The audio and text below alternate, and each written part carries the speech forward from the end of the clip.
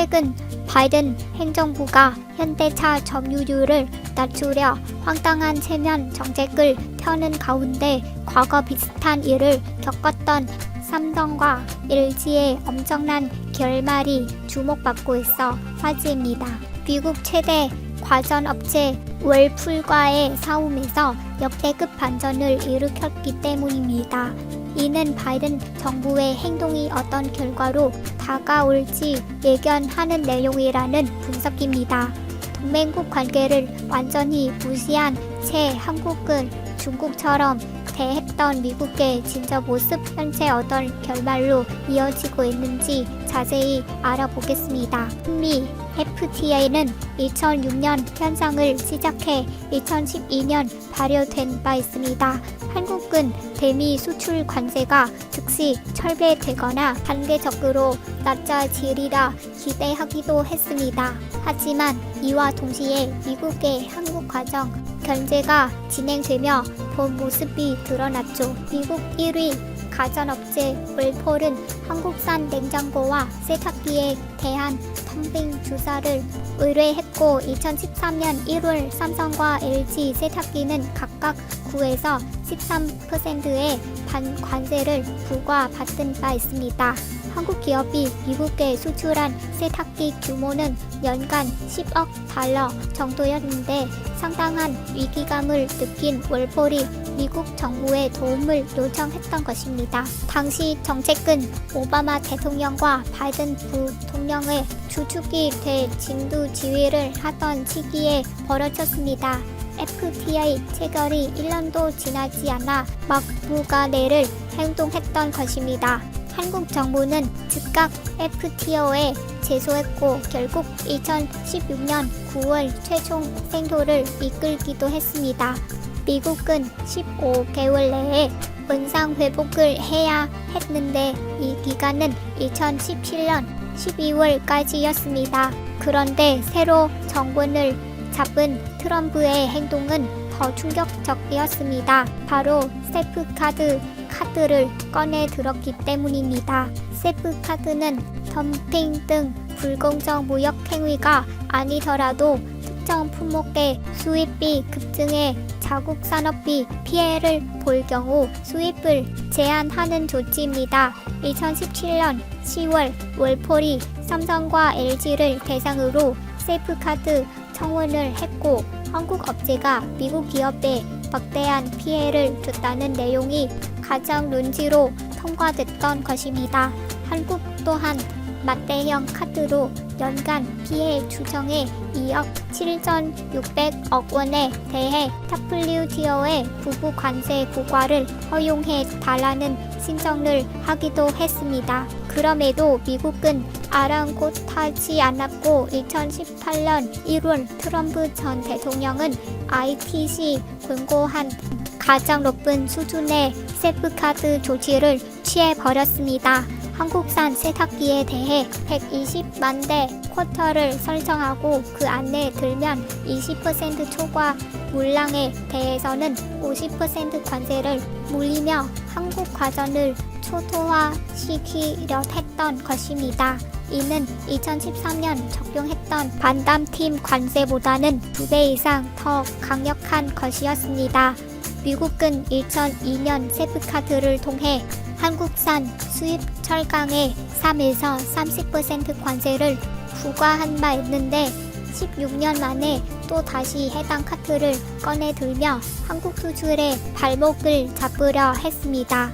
당시 한국 정부 인사도 우리 기업이 미국의 공장을 설립해 기여하고 있음에도 불이익을 가한 점은 납득하기 어렵다는 반응을 보이며 반발했죠. 실제로 당시 삼성과 LG의 미국 공장 건설이 진행 중이거나 예정되어 있던 때였습니다. 삼성전자는 총 4천억 원을 미국에 투입해 연간 100만 대 생산이 가능한 공장을 미국에 짓고 있었고 세프카드가 발효된 2018년 1월 서둘러 가동에 들어간 바 있습니다. LG전자도 같은 해파리와 테네시주에 연간 120만 대 생산이 가능한 공정을 협공하며 대응했습니다. 트럼프는 한국의 피해를 자신의 홍보수단으로 활용해 왔습니다. 2020년 8월에는 한국에 매긴 관세를 부각시키며 약탈적인 한국 기업으로부터 월포를 지켜냈다는 언급까지 하면서 말입니다. 그러면서 미국 내 9개의 월폴 공장은 전례 없이 번창해 왔다고 주장하기도 했습니다. 삼성과 LG가 미국의 공장을 태운 것은 한마디도 언급하지 않았던 상황입니다. 그는 LG와 삼성을 거론하며 한미 FTA가 금직하다는 발언까지 했습니다. 11월 예정이었던 대선 일정과 맞물려 한국 때리기에 열을 올렸던 것입니다. 이는 최근 바이든 대통령이 대선을 갖지 상황에서 삼성 등을 유치한 후 인텔 반도체 부활을 홍보하는 것이나 현대차에 강력한 채비를 가했다고 자랑하는 것과 비슷하다는 분석입니다. 세프가드는 작년 2월 종료를 앞두고 있었는데 미국은 한국의 성장을 일체 허용하지 않았고 월폴의 세프가드 연장 요청에 또 다시 자국 기업 손을 들어주기도 했습니다. 2년간 추가 연장을 결정했던 것인데 트럼프 임기를 6일 남겨둔 상황에서 벌어진 일입니다. 미국은 세탁기 부품에 대해서도 13만 개의 워터를 적용해 30% 관세를 매긴 바 있습니다. 즉 부품까지 미국에서 전량 생산 체체를 갖춰야 관세 폭탄을 맞지 않았던 것입니다. 이는 종료만 다른 뿐 한국 기업을 모두 받아들이고 있는 바이든 행동과 너무나 비슷한 내용입니다.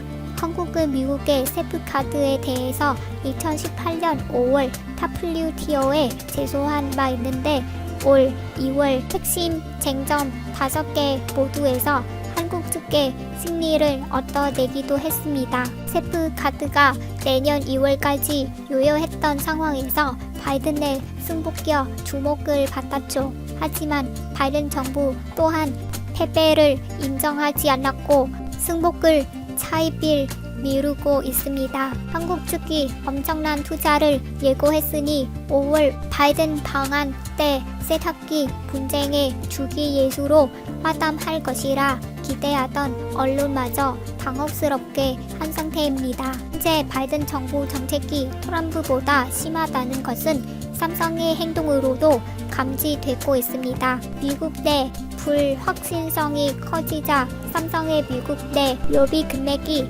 역대 최대로 올라가고 있는 것입니다.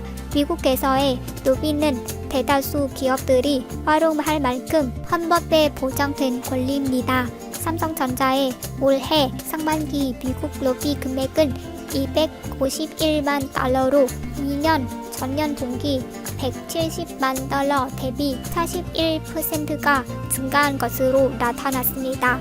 역대 최고 수준이었던 2018년 상반기 220만 달러보다도 12% 많은 금액입니다. 삼성전자의 대비 로비 금액은 2017년 트럼프 정권의 보호, 무역주의와 미중 갈등 10만 원 증가한 바 있습니다. 트럼프 정부 4년간 내 로비 금액은 1,420만 달러로 오바마 정권 시절 8년 동안 사용된 760만 달러의 2배 가까이 됐던 상황입니다. 그런데 바이든 정부는 그에 능가하는 뒤통수를 보여 삼성의 대응에 나선 것입니다. 삼성은 현지 전문 기업과 계약을 맺고 30명의 로비스트를 고용하고 있습니다. 삼성전자는 텍사스주에 170억 달러를 들여 제2 파운드를 공장을 짓고 있으며 향후 20년간 미국 내 반도체 공장 건립을 위해 약 2천억 달러를 투자하겠다는 계획을 밝히기도 했지만 바이든은 삼성의 중국 공장 업그레이드에 제약을 가하는 뒤통수를 쳤습니다. 최근 상황에서 WTO 제소 또한 별 의미가 없어지고 있습니다. WTO에 불만을 품은 미국의 보이콧으로 상술위원 후임 인선이 막히면서 2019년 12월부터 제 기능을 못하고 있기 때문입니다. 이는 미국이 한국과의 WTO 소송에서 번번이 패한 것도 이유라는 설명입니다. 미국의 조치는 소비자들에게 역대급 피해를 안겨준 바 있습니다.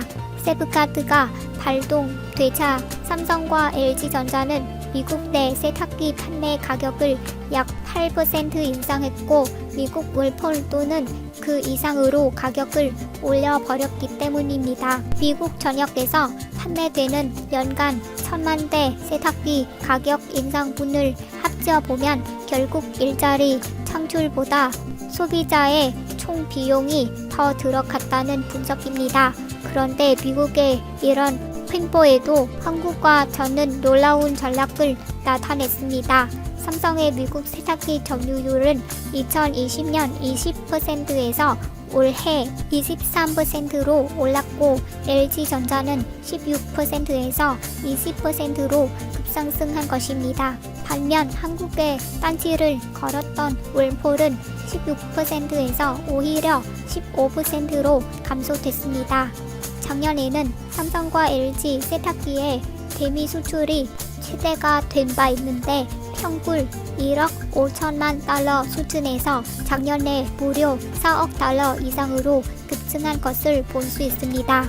미국 내 현지 생산으로도 공급이 모자라 한국으로부터의 수입이 늘어났기